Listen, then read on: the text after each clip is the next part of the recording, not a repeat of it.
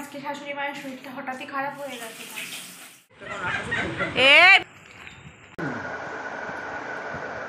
Hello everyone, good morning. আমার আরও একটু নতুন ভিডিওর সাথে নিয়ে তোমাদের সবাইকে জানাচ্ছি অনেক ওয়েলকাম, অনেক ভালোবাসা। আশা করছি তোমরা ভালো আছো, আমিও কিন্তু বেশ আছি। আজকের দিনটা ছিল রবিবার, আর আগে যেহেতু বৃষ্টি হয়েছে আগের দিন করে সব কাঁথা কাপড়গুলো তেমনভাবে শোকায়নি, জন্য সকালবেলা সব জামা কাপড় এখন ভাঁজ করতে বসেছি। আর ভাঁজ করতে করতে না একটু ক্যাডবেরি খাচ্ছিলাম, ছেলেকে আর কি বাবা এনে দিয়েছিলো, ওইটাই আমি খাচ্ছিলাম।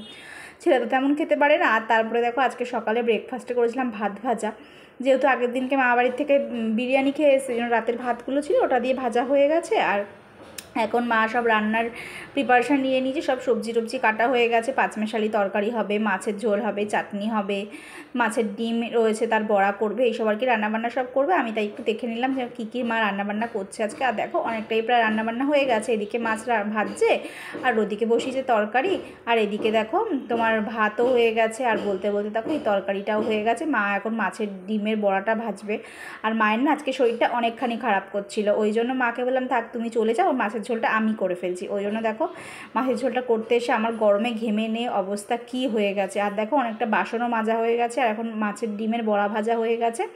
এখন আর কি মাছটা ঝোলটা করলে আমার রান্নাটা মোটামুটি কমপ্লিট। আর দেখো রান্নাবান্না সেরে এখন তোমাদের আজকে মেনুটা দেখিয়ে দিই। মাছের ডিমের বড়া ভাজা রয়েছে, ভাত হয়েছে, এদিকে মাছের ঝোল হয়েছে, পাঁচমেশালি সবজির তরকারি হয়েছে, আর হয়েছে চাটনি আমড়া দিয়ে, আর সাথে রয়েছে গন্ধরাজ লেবু। তো এইসব ভাত ঠাত খেয়ে একটা জোরসে ঘুম দিয়েছি জানো তো।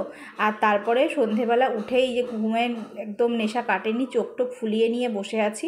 আর আজকে সন্ধেবেলা জানো তো টিফিনে কী খেয়েছিলাম, মানে কচুরি। সকালে বাবা কচুরি এনেছিল, জানতো না যে ভাত রয়েছে, তো সেই কচুরিটা আর কি রেখে দিয়েছিলাম, সন্ধেবেলা আর কি খেলাম। আর আজকে জানো তো আমার দাদু এসেছিলো। আমি এই বাড়িতে আসার পর আমার দাদু প্রথমবার আমাদের বাড়িতে এসছে।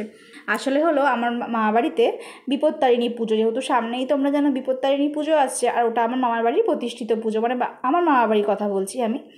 তো তাই জন্য দাদু এসেছিলো সবাইকে নিমন্ত্রণ করতে। তো মা নিয়ে এসছে, ভাই এসছে আর কি, দাদুর সাথে এসছে। দাদুকে তাই জন্য একটু গরম গরম চা করে দিলাম, মানে কিছুই খাবে না, জোর করে আর কি বলেছি নাতনির বাড়িতে এসছো, এটুকু তো করতেই হয় বলো আপ্যায়ন।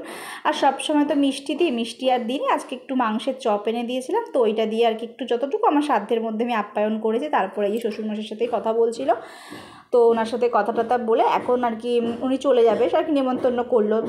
মানে আমার শ্বশুর তো গার্জিয়ান রয়েছে, তা ওনাকেই বললো। আর এখানে কথা হচ্ছিলো আমার শ্বশুরমশাইয়ের সামনে অপারেশান আছে, তো তোমরা সেই ব্লগটা দেখতেই পাবে, আমি চেষ্টা করবো তোমার সাথে শেয়ার করার।